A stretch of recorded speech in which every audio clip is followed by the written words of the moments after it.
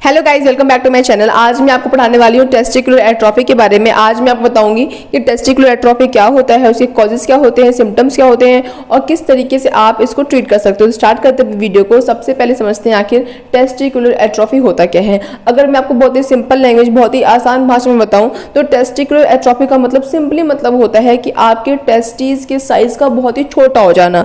अब आप सोच रहोगे कि यार टेस्टिस के जो साइज होते हैं वो तो वेरी करते रहते हैं। जब ठंड का मौसम होता है तो वो छोटे हो जाते हैं, जब गर्मी का मौसम होता है यानी कि जब टेम्परेचर बहुत गर्म रहता है उस टाइम पे टेस्टिकल्स आपके लूज जाते हैं, बड़े जाते हैं।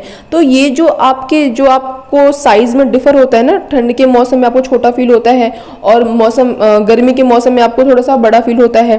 तो वो इसलिए होता है क्योंकि आपके टेस्टिकल्स के साइज बड़े छोटे नहीं होते, आपके स्क्रोटम के साइज बड़े छोटे होते हैं। अब आप सोचोगे स्क्रोटम क्या होता है, तो मैंने पहले ही बता रखा है कि जो स्क्रोटम होता है वो एक सैक लाइक स्ट्रक्चर होता है जिसके अंदर आपके टेस्टिकल्स स्टोर होते हैं। तो जो आपके साइज आपको डिफर लगता है, ठंडी में आपको छोटे लगते हैं, गर्मी में आपको बड़े लगते हैं, वो आपके टेस्टिकल्स का साइज बड़ा छोटा नहीं होता, आपके स्क्रोटम का साइज बड़ा छोटा होता है। लेकिन टेस्टिकुलर एट्रोफी के अंदर क्या होता है कि आपके स्क्रोटम के साइज तो वो तो होते रहते हैं, बट आपके जो टेस्टिकल्स के साइज होते हैं ना वो ही छोटे हो जाते हैं। अब वो एक टेस्टिकल्स भी हो सकता है और वो दो टेस्टिकल्स भी हो सकता है। अब जो टेस्टिकल्स है वो इतना ज़्यादा इंपॉर्टेंट ग्लैंड है मेल के लिए, वो आपकी बहुत ही मेन हार्मोन जो आपका टेस्टोस्टेरोन है उसका प्रोडक्शन करता है, स्पर्म का प्रोडक्शन करता है। अगर टेस्टिकल्स में कुछ प्रॉब्लम आएगी तो आपके फर्टिलिटी में क्या आ जाएगी, प्रॉब्लम आ जाएगी। तो पढ़ते हैं सबसे पहले जो डेफिनेशन लिखी हुई, देखो लिखा हुआ it means to the shrinking of your testicles. किसका मतलब क्या होता है, आपके टेस्टिकल्स का सिकुड़ जाना या फिर श्रिंक कर जाना, आपके टेस्टिकल्स का, आपके स्क्रोटम का नहीं। और जो आप साइज में डिफर नोटिस करते हो वो आपके स्क्रोटम के बड़े छोटे होने से होता है। क्योंकि आपको पता होगा कि जो टेस्टिकल्स है वो आपकी बॉडी के बाहर क्यों है, क्योंकि आपके स्पर्म को बनने के लिए शरीर से के तापमान से कम तापमान की रिक्वायरमेंट होती है। तो इसीलिए टेस्टिकल्स कहाँ होते हैं, बाहर होते हैं। तो जब ज़्यादा गर्मी हो जाती है ना तो वो लूज हो जाते हैं ताकि अब उसको और गर्मी बॉडी की ना मिले। लेकिन जब सर्दी होती है तो वो चिपक जाते हैं और साइज थोड़ा छोटा हो जाता है ताकि थोड़ी सी बॉडी की गर्मी मिले, क्योंकि कुछ टेम्परेचर की रिक्वायरमेंट तो होती है।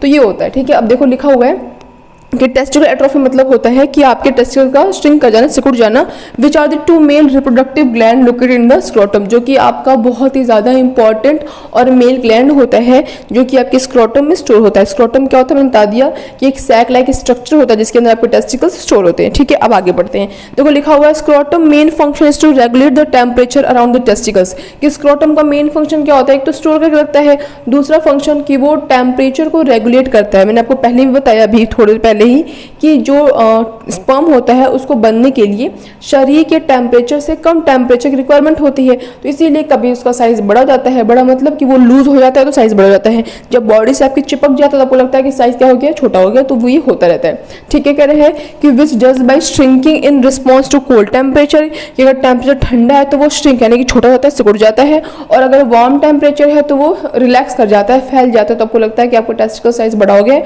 जबकि एक्चुअली वो आपके स्क्रोटम का साइज क्या होता है, बड़ा होता है। टेस्टिकल्स के साइज छोटे होने को क्या कहते हैं, हम टेस्टिकुलर एट्रोफी कहते हैं, ठीक है। अब समझते हैं सिम्टम्स क्या होते हैं, किस तरीके से आप पहचानोगे कि आपको टेस्टिकुलर एट्रोफी हो चुकी है।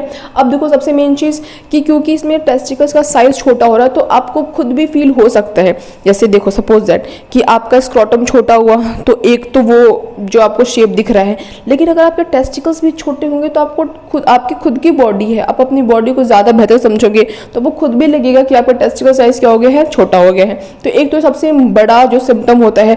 उसके अलावा अब बाकी चीज़ों में क्या नोटिस करोगे, देखो लिखा हुआ है श्रिंकेज ऑफ वन और बोथ टेस्टिकल्स। की आपको लग सकता है कि आपके एक टेस्टिकल्स छोटे हो गए हैं या फिर दोनों टेस्टिकल्स क्या हो गए हैं, छोटे हो गए हैं, आपको खुद भी फील हो सकता है। दूसरा, अगर आपकी प्यूबर्टी नहीं आई, क्योंकि किसी भी एज को हो सकता है, तो हो सकता है कि ऐसे बहुत सारे आपके ब्रदर हो, आपका कोई बेटा हो, दोस्त हो, कुछ भी हो जिनकी भी प्यूबर्टी नहीं आई है, जो भी बहुत ही कम एज के हैं, तो उनमें क्या होता है, उनके जो सेकेंडरी सेक्सुअल कैरेक्टरिस्टिक्स होते हैं ना वो डेवलप नहीं हो पाते। जैसे कि बियर्ड का डेवलप होना, पेनिस साइज का इनलार्ज होना, जो वॉइस का थोड़ा सा क्रैक होना, ये सारे जो सेकेंडरी सेक्सुअल कैरेक्टरिस्टिक्स होते हैं ये डेवलप ही नहीं हो पाते हैं।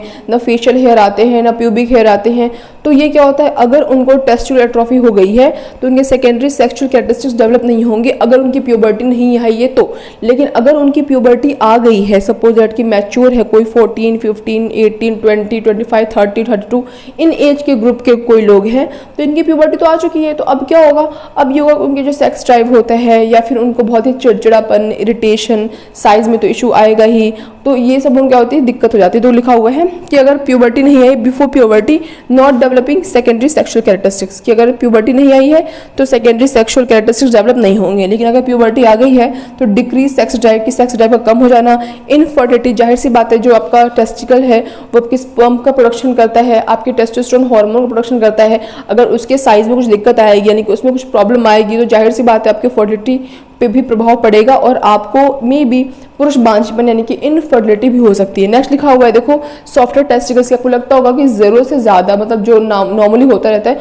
उससे ज्यादा वो कुछ आपके टेस्टिकल्स सॉफ्ट लग रहे हो छूने पे, ठीक है। रिड्यूस मसल मास, की जो लड़कियों थोड़े से होते हैं ना, थोड़े से उनके पास मसल्स वगैरह होते हैं, थोड़े से होते हैं उनकी जो बाकी की जो फिजिकल अपीयरेंस होती है, तो उनमें भी वो क्या होता है, मसल्स वो लूज कर सकते हैं, वीक हो सकती है अगर उनको टेस्टिकुलर एट्रोफी की प्रॉब्लम हो रखी है तो, ठीक है। अब पढ़ते कॉजेज क्या होता है, आखिर क्यों हो जाता है। तो लिखा हुआ है हार्मोनल डिसबैलेंस, कि अगर मेनली ऐसा ही होता है, इसी कारण से होता है कि अगर हार्मोनल डिसबैलेंस है तो उस कारण से हो जाता है। अगर हार्मोनल डिसबैलेंस है तो ज़्यादा टेंशन लेने की बात नहीं है, वो अपने आप थोड़ा बहुत बैलेंस हो के वापस सही हो जाता है। नेक्स्ट लिखा है टेस्टिकुलर टॉर्शन। अभी वो टेस्टिकुलर टॉर्शन क्या होता है, इसके ऊपर मैंने डिटेल आपको वीडियो बना रखी है, अगर आपको पता नहीं है तो डिस्क्रिप्शन में लिंक दे दूंगी, आप वहां पर जाकर चेकआउट कर लेना। बहुत ही ज़्यादा इंपॉर्टेंट वीडियो है, और जब कभी आपको खेलते वक्त या फिर कभी भी आपके टेस्टिस में चोट लग जाती है तो टेस्टिकुलर टॉर्शन होने की संभावना हो सकती है। तो आप वो वीडियो ज़रूर से ज़रूर देख लेना, डिस्क्रिप्शन में या फिर कमेंट बॉक्स में कहीं पर भी लिंक पिन कर दूंगी, जरूर देख लेना, ठीक है। अब नेक्स्ट लिखा हुआ है वेरिकोसिल्स। अभी रिसेंटली पढ़ाया मैंने आपको कि अगर किसी को वेरिकोसिल्स की प्रॉब्लम है तो उस कंडीशन में क्या हो सकता है कि आपको टेस्टिकुलर एट्रोफी हो सकती है। नेक्स्ट इंजरी या फिर STI एटसेट्रा कुछ भी लिख दो, या किसी का इन्फेक्शन है, सेक्सुअल ट्रांसमिटेड इन्फेक्शन है, तो उस कंडीशन में क्या होता है, टेस्टिकुलर एट्रोफी हो जाती है, यानी कि आपके टेस्टिकल्स छोटे हो जाते हैं, ज़रूरत से ज़्यादा छोटे हो जाते हैं, ठीक है। अब देखो नेक्स्ट कि ट्रीटमेंट की कैसे ट्रीट करें। सपोज दैट कि देखो किसी भी चीज़ को होने पे हम पूरी तरीके से अपना, हमारा बस नहीं होता है, बहुत सारी चीज़ें हम कंट्रोल कर सकते हैं बट बहुत सारी ऐसी भी चीज़ें होती है जिनको हम कंट्रोल नहीं कर सकते। तो हर चीज़ का इलाज होता है, साइंस में बहुत तरक्की करी हुई है, तो इसका भी क्या होगा, इलाज होगा। तो इसका ट्रीटमेंट क्या होता है, सबसे पहले मैं आपको बताऊं कि अगर हार्मोनल डिसबैलेंस है तो जिस हार्मोन के ऊपर नीचे होने की वजह से वो हो रहा है, वापस जब आपके हार्मोन बैलेंस होंगे तो अपने आप आपका टेस्टिस का जो साइज होगा वो सही हो जाएगा। लेकिन कोई अदर कॉज है, सपोज दैट STI है या फिर कोई इन्फेक्शन है, तो आपको उस इन्फेक्शन को ट्रीट करना पड़ेगा। जब आप उस इन्फेक्शन को ट्रीट करोगे तो ऑटोमेटिक आपकी जो टेस्टिकल का साइज है वो नॉर्मल हो जाएगा, क्योंकि आपको जो टेस्टिकल्स के साइज में प्रॉब्लम आई है, सॉरी, वो आपके STI के होने के कारण से आई है। इसलिए अगर आपको कोई STI है या फिर कोई अदर तरीके का कोई इन्फेक्शन है, इन्फ्लेमेशन है, तो आप उसे ट्रीट करोगे तो ऑटोमेटिक वो अपने आप की जगह ठीक हो जाएगा। लेकिन बहुत ही रेयर केस में कभी कभी सर्जरी कराने की जरूरत भी पड़ जाती है। तो वही लिखा हुआ है, देखो लिखा हुआ है यहाँ पे डिपेंड अपॉन इट्स कॉज, की ट्रीटमेंट क्या होता है, कॉज पर डिपेंड होता है कि आखिर आपको टेस्टिकुलर एट्रोफी हुआ किस कारण से है। इफ ड्यू टू STI, कि अगर STI कारण से हुआ है या फिर किसी अदर इन्फेक्शन से, you will likely need round antibiotics, कि आपको एंटीबायोटिक्स वगैरह मिलते हैं, STI ट्रीट करो, अपने आप क्या हो जाएगा, वो ट्रीट हो जाएगा। नेक्स्ट लिखा हुआ है in other cases you will need to make some lifestyle change, कि कभी कभी क्या होता है, बहुत सारे केसेस में आपको अपने लाइफस्टाइल को भी चेंज करना पड़ता है, जो कि आपके डेली रूटीन होते हैं, जो कि आप अच्छे से फॉलो नहीं करते हैं, ठीक है। नेक्स्ट लिखा हुआ है in rare case you need surgery, की बहुत ही कम मामलों में, लेकिन हो सकता है कि आपको सर्जरी कराने की जरूरत भी पड़ जाए।